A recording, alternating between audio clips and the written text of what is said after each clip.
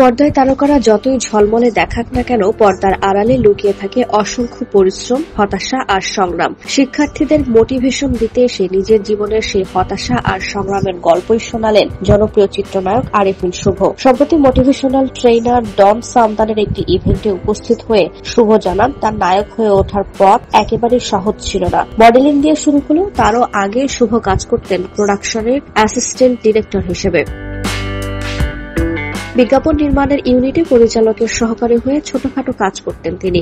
নিজের সেই সময়ের অভিজ্ঞতা তুলে ধরে নায়ক বলেন, একসময় আমি প্রোডাকশনে অ্যাসিস্ট্যান্ট ডিরেক্টর হিসেবে কাজ করতাম। মানে শুটিং এ ডিরেক্টর শিল্পীদের আদেশ পালন করতাম, যেমন এই দিকে আয়, এই পানি দে, এই আর্টিস্টের স্যান্ডেল মোচ, এসব অর্ডার পালন করতাম। তারপর এক শুটিং এর স্মৃতি টেনে শুভ বলেন, একটা বিজ্ঞাপনের কাজ ছিল, সেই বিজ্ঞাপনের ডন ছিলেন মডেল আর আমি ছিলাম ছাগলের 3 নম্বর বাচ্চা।